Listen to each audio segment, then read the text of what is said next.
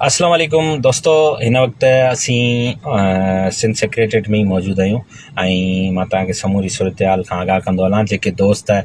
DRA जे हवाले सां सुबुह खां वठी मूंखे कॉलूं कनि पिया त असांजो जेको DRA अलाउंस आहे उन जे लाइ काबीना में छा फ़ैसिलो थियो आहे, त मां तव्हांखे ॿुधाईंदो हलां त सभ खां पहिरियां जेको पेंशन रूल्स हुया, सिंध हुकूमत काबीना जो इजलास घुरायो हुयो, जंहिंमें वज़ीर आला सिंध जी सरबराही में जेको इजलास थियो उन में सभिनी खातनि जा जेके वज़ीर आहिनि हुननि शिरकत कई। हुन सां गॾु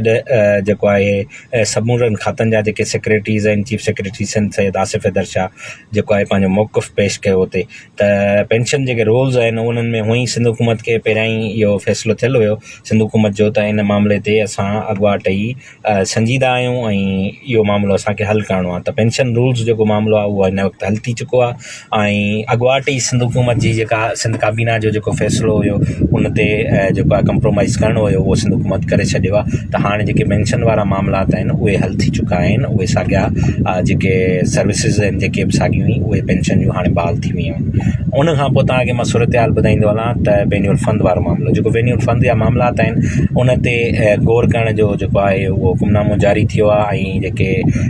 असांजो जेको लॉ वारो डिपार्टमेंट आहे, लॉ डिपार्टमेंट SNGD ऐं ॿिया जेके खाता आहिनि फाइनेंस डिपार्टमेंट, उन्हनि खे पिणु इहे हिदायतूं जारी कयूं आहिनि त हाणे बेन्युल फंड ते बि जेको आहे उन ते बि वर्कआउट करे ऐं उहो समूरो मामिलो जेको आहे उहो सिंध काबीना में पेश कयो वञे। बेन्युल फंड ऐं फोती कोटा वारो जेको इशू हुयो उनखे जेको आहे सिंध काबीना में आंदो वेंदो अञा माना फाइनल न कयो वियो आहे फ़ैसिलो, त उनजो हल कहिड़ो निकिरंदो, हल जेको आहे उहो काबीना ई कढंदी ऐं काबीना उन मामले ते हिन वक़्तु सिंध हुकूमत जेका आहे उहो कढी छॾियो आहे त बाबा जेके हुकूमती जेके दुरियूं आहिनि, जेके ब्यूरोक्रेसी आहे उन खां समूरी सूरत हाल ते तजवीज़ जेका आहे उहा अणसिधी तरह वरिती वई आहे। उन खां पोइ तव्हांखे मां सूरत हाल ॿुधाईंदो हलां त DRA अलाउंस जो मामिलो इहो आहे त DRA अलाउंस जेको पेंशन जेके मुलाज़िमन हुया उन्हनि एहतजाज जे लाइ ऐलान कयो त असां 21 अक्टूबर जेका आहे उन ते बिलावल हाउस जे अॻियां एहतजाज कंदासीं अगरि असांजा मुतालबा न मञिया विया। पर पहिरें ई ॾींहुं मां इहा ॻाल्हि कई दोस्तनि सां त बाबा DRA जे हवाले सां तव्हांखे जेको आहे सिंध हुकूमत सिर्फ़ु आसिरो ई ॾेई सघे थी, उन्हनि वटि इन शइ जा सोर्सिस न आहिनि। पर हाणे कुझु ज़रियनि वटां इहो मालूम थियो आहे त DRA अलाउंस में 10% वाधि जा जेके आहिनि उहे इम्कान आहिनि। कुझु ई देरि में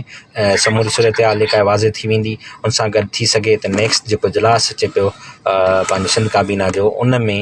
इनखे फाइनलाइज़ करे 10% जेको आहे DRA अलाउंस तव्हांखे थोरो थोरो करे माना ईअं थोरी पाई करे इनशाला तव्हांखे सिंध हुकूमत तव्हांखे DRA अलाउंस ॾेई छॾींदी। पर उहे ओसि ताईं जेसि ताईं अञा फाइनल जेको आहे नोटिफिकेशन जारी नथो थिए, छो जो नोटिफिकेशन लाज़मी आहे। सिंध हुकूमत हिन मामले ते संजीदा त आहे पर हुननि जा कुझु मसइला आहिनि,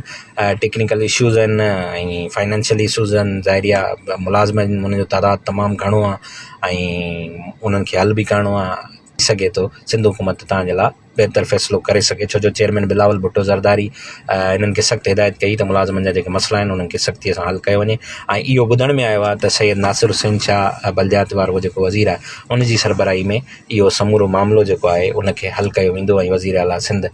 इन ते कमेटी जेको आहे जोड़े छॾी आहे। कुझु ई जेको आहे ॾींहंनि जे अंदरि जेको आहे नई शइ काबीना जो इजलास घुराए उन में ऐं जेको इहो मामिलो आहे उनखे नोटिफाइड कयो वेंदो, या त 10% या त 15% DRA अलाउंस जेको आहे सिंध जे मुलाज़िमनि खे बि मिली वेंदो। इहा समूरी सूरत हाल अॼु जे जेको आहे कैबिनेट इजलास जी वई जेका मां तव्हांखे ॿुधाई आहे।